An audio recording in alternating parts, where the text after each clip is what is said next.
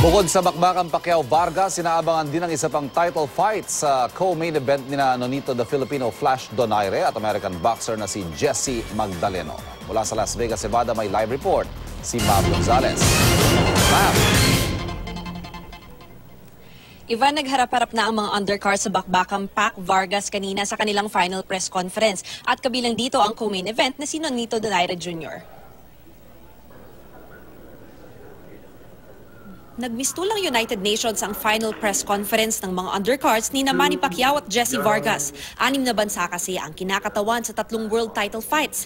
Dedepensahan ni Nonito Donaire ang kanyang WBO junior featherweight belt laban sa Amerikanong si Jesse Magdaleno. Nagpatutsada agad si Magdaleno na malinis ang record na 23-0. I'm more than ready. We're thankful that Nonito took the fight. Come November 5th, it's going to be an all-out passion fight, and we're gonna brawl it out, either 12 rounds or whatever round he wants to go down. Pero si Donaire, simple lang ang sagot.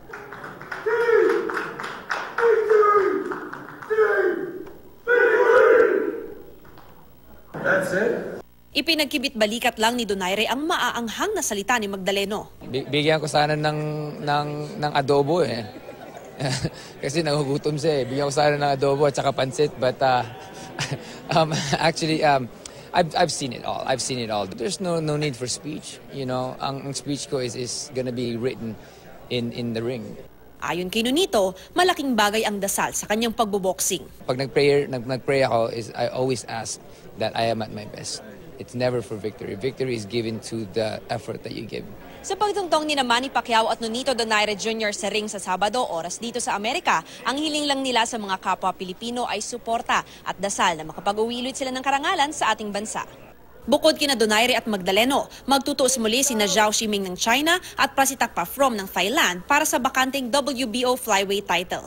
Si Coach Freddie Roach din ang trainer ng 2-time Olympic gold medalist na si Shiming, pero hindi sila masyado nakapag-ensayo dahil nasa Pilipinas si Roach para sa training camp ni Manny Pacquiao. Gayunpaman, may pangako pa rin siya sa Thai boxer. And he's in great shape right now, and last time we fought you, we knocked you down twice.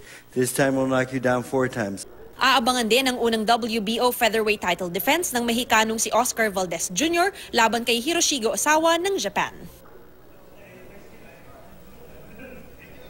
Ivan, sa ngayon pahinga na yung ating mga boksingero at bukas naman oras dito sa Amerika ay magkakaroon na tayo ng ating final weigh-in. Ivan?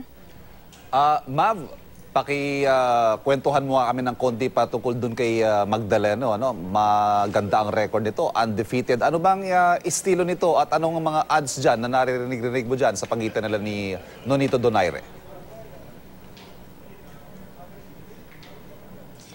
Actually, alam mo Ivan, ito talagang laban ni Nonito Donaire Jr. pati na rin si Jesse Magdaleno, yung talagang inaabangan din ng mga fans. Kasi kumbaga, yung Pac-Vargas ay malaki talaga yung lamang nitong si Pacquiao pagdating sa betting odds. Pero mas dikit itong Donaire at Magdaleno dahil nga alam naman natin na syempre, Pilipino tayo, pero alam natin na medyo nagkaroon ng flukes doon sa kanyang boxing career itong si Donaire the past few years. At itong si Magdaleno, ang tawag niya nga sa kanyang sarili ay yung hungry young lion. Kaya sinasabi niya na yung pagka-agresibo niya, pati na rin yung kanyang malinis na record, meaning yung confidence level niya, yun daw ay makaka-apekto talaga sa kanilang laban. Itong si Magdaleno, medyo aggressive fighter siya, no? He likes to move around the ring, pero yung talagang kanyang aggressiveness, yung kanyang paglaban na toe-to-toe, yun yung inaasahan natin na makikita natin. Alam naman natin din na itong si Nonito Donaire, yung pamatay niya talaga yung kanyang left hook, yung kanyang hook punches.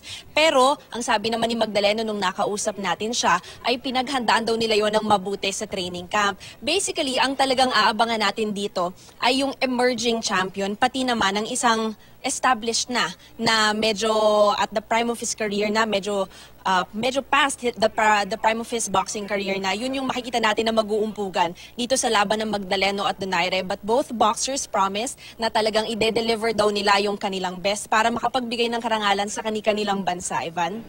More or less the same story, kahit yung Pacquiao-Vargas, youth versus experience ang medyo magiging showcase dyan sa parehong laban na yan. Maraming salamat sa iyo, Mav Gonzalez.